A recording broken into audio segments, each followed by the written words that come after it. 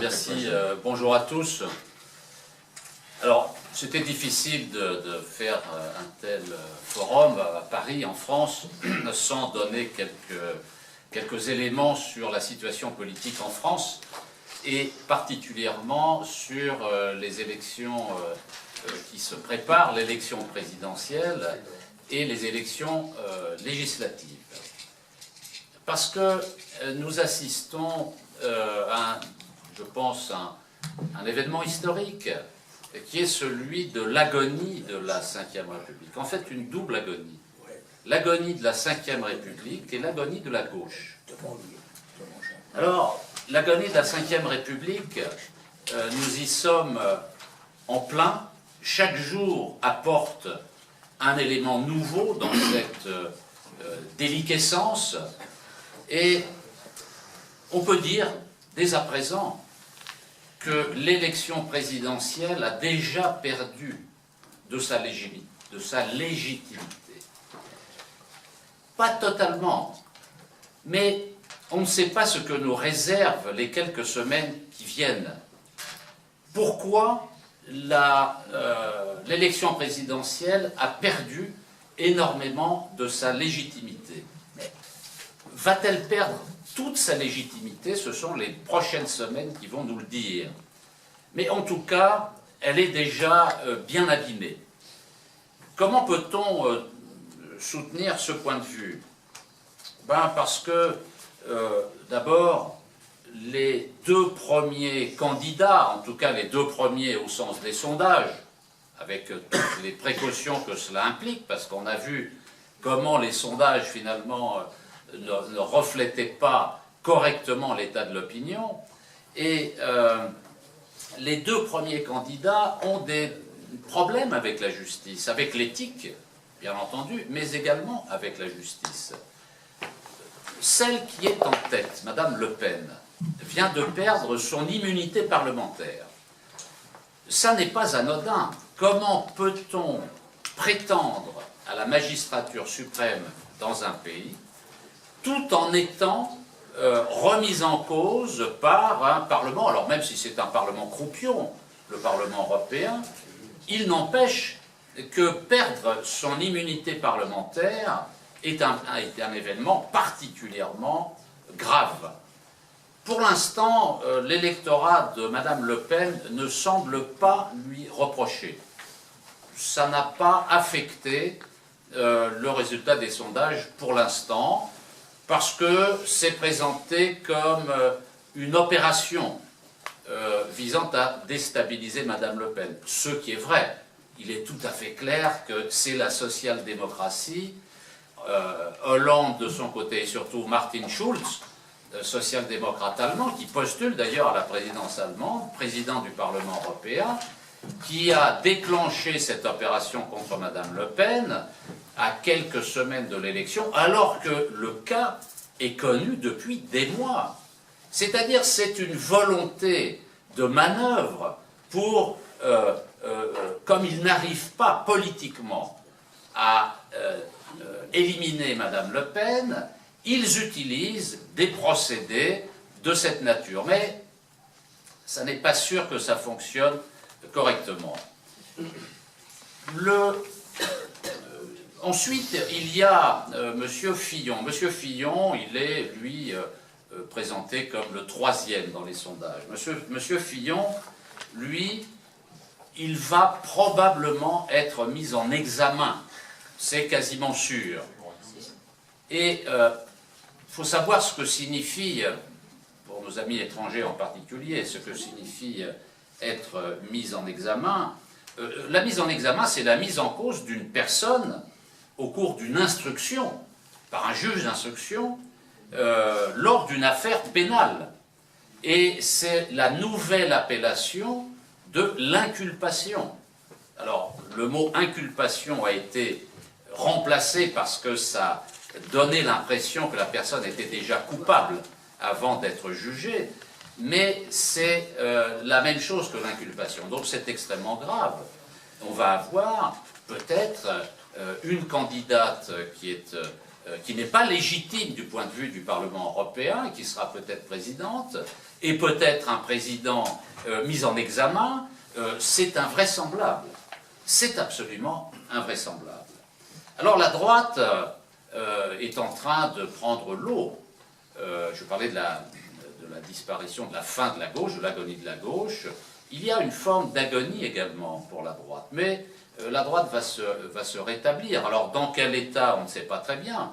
Mais on voit que les défections se multiplient pour M. Fillon. Mais il y a déjà des remplaçants. M. Juppé a fait savoir qu'il était disponible. On voit aussi M. Barouin. Bon, on ne sait pas comment la droite va s'arranger. La situation est extrêmement complexe. Et tout ça, évidemment, ne donne pas l'image d'une démocratie sereine dans laquelle le débat d'idées, l'échange, la confrontation d'idées prévaut. Parce que l'affaire de M. Fillon, c'est-à-dire d'une part une forme de népotisme puisqu'il a utilisé sa femme comme collaboratrice, ce qui n'est pas interdit par la loi, il faut savoir qu'un sixième des députés le font. Ça n'a rien de nouveau. Ça n'est pas un cas particulier. Le deuxième problème, lui, qui est pénal, c'est l'emploi fictif, c'est-à-dire est-ce que sa femme a vraiment travaillé. C'est également le cas pour un grand nombre de parlementaires qui utilisent des proches sans que l'on sache vraiment s'ils font un travail. Mais tout ça est connu depuis des années. Et c'est maintenant que l'affaire ressort. C'est-à-dire que derrière, il y a l'Élysée, M. Hollande, on connaît les socialistes depuis M. Mitterrand et bien avant. Ce sont les spécialistes de la manœuvre. Et donc, il y a cette opération avec Mme Le Pen, il y a cette opération avec M. Fillon. Pourquoi? Parce que le Parti socialiste est en pleine débandade, il a explosé, il a déjà explosé. Et il ne peut plus résoudre les problèmes sur le plan politique. Il est obligé de faire des manœuvres comme Hollande, comme Mitterrand l'avait fait après le tournant néolibéral de 1982-83, où il avait décidé de fabriquer le Front National. Ne l'oublions jamais, le Front National a été fabriqué par M. Mitterrand. Et donc, on est toujours dans cette situation. Il y a une nouveauté dans cette affaire. Il y a une nouveauté, c'est M. Macron. M. Macron est en deuxième position dans les sondages. M. Macron, peut-être, s'il continue sur sa lancée, sera le prochain président de la République. C'est une hypothèse qui grandit de jour en jour.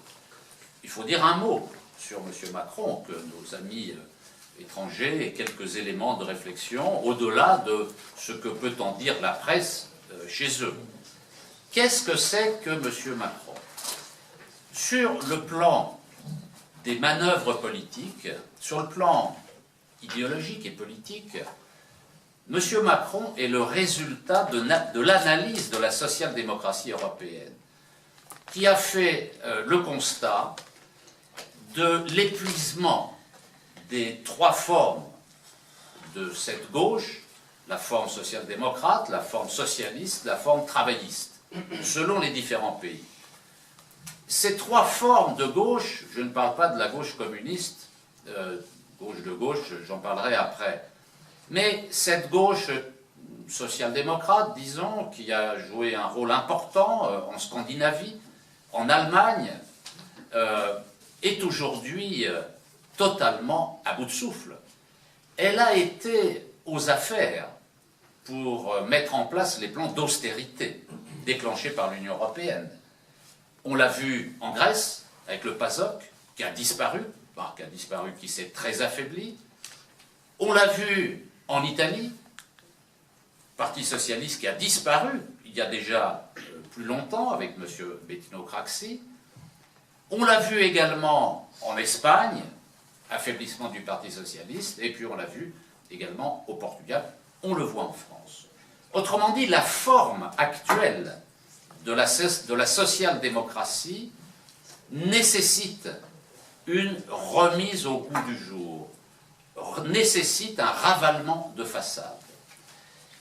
En Grèce, c'est M. Tsipras qui joue ce rôle. M. Tsipras présente beaucoup d'avantages pour l'oligarchie parce qu'il vient du communisme, du Parti communiste, et il a un a priori favorable permettant de créer l'illusion auprès de la population qu'il défend la population. Mais M. Tsipras, c'est la formule de remplacement en Grèce de la social-démocratie.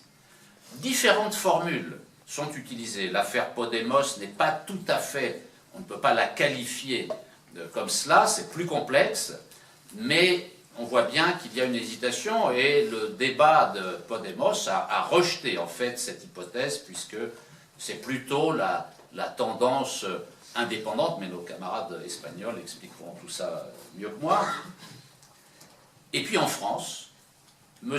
Macron est la personne choisie par la droite du Parti socialiste et, disons, une partie de la droite moderniste et du patronat financier pour casser définitivement le Parti socialiste et mettre en place un système qui permette à la fois de donner l'impression qu'il est de gauche, il le dit d'ailleurs, hein, M. Macron, il dit « je suis de gauche », mais je prends des idées un peu partout. Mais le fond du programme de M. Macron, d'abord son programme, c'est le bilan de M. Hollande. M. Macron, ne l'oublions pas, était le conseiller économique de M. Hollande, son ministre de l'économie. Il n'a pas besoin de programme. On sait ce qu'il va faire. Il va faire comme M. Hollande, même en aggravant les choses. C'est du social-libéralisme. Nous sommes dans cette situation. Il y a donc cette agonie de la gauche. Le Parti socialiste, pour une part, est en train de se donner à M. Macron pour des questions de position, de prébande en fait. Parce que les élus, une grande partie des élus socialistes considèrent que le bon cheval, c'est M. Macron pour être réélu. Et donc, pour nous, cette agonie de la gauche nous rend totalement indifférents. Ça ne nous intéresse pas vraiment, on observe. Mais on peut même ajouter que nous souhaitons que le mythe de la gauche disparaisse le plus vite possible. Pourquoi? Ça peut choquer évidemment des gens qui sont attachés encore à cette expression. Parce que l'appellation de gauche n'est plus du tout ce qu'elle était. Pendant des décennies et des décennies, la gauche, le mot gauche était assimilé à la défense du peuple, à la défense des intérêts populaires. Et c'était assez simple, la vie politique était simple. La gauche défendait le peuple, la droite défendait les privilégiés. Aujourd'hui, qu'en est-il? La droite continue à faire son boulot. Elle défend toujours les privilégiés. Mais elle a trouvé un allié, qui est la gauche. Parce que la gauche au gouvernement, on le voit en Europe, où elle fait alliance avec la droite dans un très grand nombre de pays pour mener des politiques néolibérales, eh bien en France, les alternances entre les socialistes et la droite se sont traduites par des politiques extrêmement similaires. Au point d'ailleurs que le dernier sondage qui date de mi-janvier, 75% des Français jugent que les notions de droite et de gauche ne veulent pas dire grand-chose. Oui, bah oui, en effet. Sauf dans l'histoire, sauf dans le romantisme. Et 63% des Français ne font confiance ni à la droite, ni à la gauche. C'est terminé. C'est fini. Et aujourd'hui, la gauche, c'est comme la queue des comètes. Hein. On voit encore la lumière, mais la comète n'existe plus. Et donc, qu'est-ce qu'il faut mettre à la place? Est-ce que c'est grave, docteur? Mais non, c'est pas grave. Parce que derrière ces appellations, quelle est la vérité? La vérité, c'est le conflit, le clivage entre les classes dominées et les classes dominantes, le clivage entre le peuple et les oligarchies. C'est ça qui est intéressant. Et ça reste. Pendant une période, il y a eu superposition du clivage gauche-droite et du clivage de classe, disons. Mais c'est fini. Ça n'a aucune importance. Ce qui compte, c'est le vrai clivage, qui, lui, est de plus en plus net entre les classes populaires, les classes dominées et les classes dominantes. Alors, je termine sur deux commentaires, parce qu'il y a M. Macron, dont j'ai parlé, mais il y a M. Mélenchon et Mme Le Pen. M. Mélenchon et Mme Le Pen sont les deux seuls dans cet aréopage à prétendre vouloir sortir plus ou moins clairement de l'euro et de l'Union européenne. Il faut être tout à fait net, ce sont des leurs, tant M. Mélenchon que Mme Le Pen. Il ne faut pas se laisser abuser par un discours ambigu qui sert à s'appuyer sur le ressentiment populaire, mais qui ne vise en aucun cas à sortir de l'euro, de l'Union européenne, à sortir du système néolibéral. Je cite juste un petit commentaire de monsieur Mélenchon. Sur le blog de M. Mélenchon, il y a une interview de lui. La question est la suivante. Vous allez mener campagne sur la sortie des traités? Réponse de M. Mélenchon. Pour l'instant, on voudrait nous enfermer dans la dialectique du diable. Bon, voilà, déjà ça commence mal parce que c'est le blabla qui commence. Hein. Soit on est hostile à l'Europe actuelle et on est immédiatement assigné xénophobe ou anti-européen, soit on est favorable à l'idée d'une union continentale et on doit immédiatement avaler la mondialisation heureuse, les politiques d'équilibre budgétaire, la règle d'or, l'OTAN et la guerre avec la Russie. Bon, on est toujours dans le blabla. Pour l'instant, il n'y a pas de réponse à la question. Aucun esprit libre ne peut trouver son compte dans une alternative pareille. C'est-à-dire que sortir ou ne pas sortir, pour M. Mélenchon, n'est pas une alternative. C'est ce qui m'a amené à tracer la feuille de route avec un plan A et un plan B. Le plan A prévoit qu'on rediscute des traités. Tout le monde doit en sortir en Europe. Si c'est refusé, il ne faut céder à aucune des menaces, chantages ou violences habituelles de l'Europe allemande. Il faut être prêt à sortir de cette camisole de force. La nouvelle Assemblée devra fixer le mandat de négociation et le peuple français sera ensuite appelé à se prononcer sur le résultat de la négociation. D'un bout à l'autre du processus, le peuple décidera. Il n'a à aucun moment répondu à la question. Parce que ce qu'il propose en réalité, c'est de discuter, c'est ce qu'il dit, rediscuter les traités. Mais la critique que nous faisons à ce raisonnement, c'est qu'elle ne permet pas d'expliquer la nature de l'Union européenne et de faire évoluer les esprits pour que chacun comprenne le système dans lequel nous sommes. C'est bien facile de faire comme cela, parce que ça évite de se confronter à cette question majeure. On n'aborde pas la question de la nature de l'Union européenne. C'est quoi la nature de l'Union européenne? C'est un système de guerre froide mis en place pour éliminer la souveraineté des nations, afin de verrouiller les politiques néolibérales. À aucun moment, M. Mélenchon ne dit les choses comme cela. Il empêche la prise de conscience du peuple. Il entraîne la population vers des impasses. C'est la raison pour laquelle nous combattons cette formule, cette façon de tromper les citoyens. Et puis, passons maintenant à Mme Le Pen, et je terminerai là-dessus, parce que c'est assez pathétique. Alors, vous voyez ici, j'ai pris le document officiel, les 144 engagements de Mme Le Pen. Et comme tout bon citoyen devrait le faire, j'ai lu son programme pour savoir exactement ce qu'il en était. En résumé, le programme de Mme Le Pen, c'est un programme néolibéral en économie, qui prend aux syndicats des revendications sociales qu'à aucun moment elle ne pourra mettre en œuvre parce qu'elle ne s'en donne pas les moyens.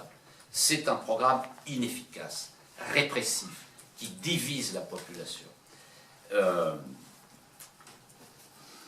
qui ne règle en rien la question principale, celle du chômage. Alors je me suis intéressé à deux sujets qui nous concernent. L'OTAN. Alors l'OTAN, d'ailleurs, c'est comme M. Mélenchon. Hein. Il y a une proximité entre les deux.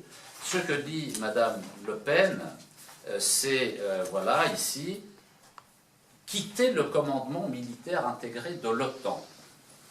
Quitter le commandement intégré, on quitte une partie du système de l'OTAN. Donc, là, il y a un premier sujet. Ensuite, il y a la question de l'Union européenne et de l'euro. Concernant l'Union européenne, voilà ce que dit Madame Le Pen. Ça commence très bien, puisqu'elle dit il faut rendre à la France sa souveraineté nationale vers une Europe des nations indépendantes au service des peuples. Ça nous va très bien. Pas de problème, on est d'accord avec ça. Mais c'est une formule. Après, il faut voir quels sont les moyens que l'on se donne pour parvenir à ce but. Et ce que dit Madame Le Pen, elle dit retrouver notre liberté et la maîtrise de notre destin en restituant au peuple français sa souveraineté monétaire, législative, territoriale, économique. Jusque-là, ça va très bien, on est d'accord. Pour cela, une négociation sera engagée avec nos partenaires européens, suivie, négociation, c'est M. Mélenchon, hein, c'est la même chose, suivie d'un référendum, comme M. Mélenchon, sur notre appartenance à l'Union européenne. Mais la question que nous nous posons, c'est la même que celle que nous nous posons à propos de ce que dit M. Mélenchon. À aucun moment, Mme Le Pen ne dénonce la nature de l'Union européenne. À aucun moment. Et ce qu'elle propose de négocier, encore une fois, c'est totalement illusoire, parce qu'à 28, aucun accord n'est possible.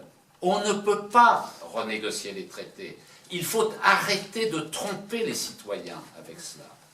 Et le référendum, mais à quoi bon faire un référendum, puisque si les candidats mettent dans leur programme qu'ils veulent sortir de l'euro et de l'Union européenne, il n'y a pas besoin de référendum. Il ne faut pas voter deux fois. Une seule fois suffit. Et en fait, pourquoi ils demandent un référendum? Précisément pour laisser cette question de la sortie de l'euro et de l'Union européenne dans l'ambiguïté. On sait pourquoi Mme Le Pen fait ça. Et on sait pourquoi M. Mélenchon fait ça. M. Mélenchon fait ça parce qu'il a centré son travail politique sur l'électorat socialiste. L'électorat mou, l'électorat bobo urbain. Il n'a pas centré son effort sur les classes populaires, sur les abstentionnistes, sur les chômeurs, sur le peuple. Donc, évidemment, il ne faut pas faire peur à ces gens-là. Madame Le Pen se rend compte que les seniors ont peur de la sortie de l'euro et de l'Union européenne. Et donc, elle fait des efforts pour masquer un certain nombre de choses. Mais le dernier point, et je m'en arrête là, j'ai cherché le mot euro dans le programme de Mme Le Pen. Le mot euro ne figure pas. Aucun, je l'ai lu 3 fois, lisez-le, lisez-le. Le mot euro ne figure pas dans le programme de Mme Le Pen. C'est énorme. C'est absolument énorme. Aucun journaliste ne l'a fait remarquer. Et c'est bien la dernière question sur laquelle je veux insister. Cette déliquescence de la République, de la Ve République, de la démocratie, elle a quelque chose à voir avec le rôle des grands médias. Parce que les grands médias, d'abord, ont fabriqué la créature Macron. Parce que les grands médias sont la propriété des des patrons de M. Macron, de ceux qui l'ont propulsé, qui l'ont choisi, qui l'ont entraîné, qui l'ont financé. Et donc ces grands médias ont fabriqué la créature Macron. Et les grands médias interdisent l'accès aux candidats qui sont hors système, voire anti-système. Et les grands médias font peur sur la sortie de l'euro. Il y a une campagne en ce moment. Et aucun des grands médias n'a signalé que Mme Le Pen, dans son programme, n'avait même pas cité le mot euro. C'est quand même hallucinant. Ils ont besoin de Mme Le Pen, comme les socialistes, pour faire peur et pour donner un monopole au Front National de la sortie de l'euro pour délégitimer tous les autres. Il ne faut pas se laisser abuser, se laisser piéger. Donc nous, au parti de la démondialisation, nous menons le combat à l'élection présidentielle avec ma candidature et aux élections législatives où nous aurons plusieurs dizaines de candidats pour rassembler les démondialisateurs contre les mondialisateurs de tout poil. Et les mondialisateurs, aujourd'hui, on les trouve à gauche et à droite. Et les démondialisateurs, on en trouve aussi à gauche et à droite. Et donc, nous sommes dans cette recomposition politique qui ne fait que prendre son essor à l'occasion de cette élection présidentielle, dont on ne sait pas dans quel état on sortira.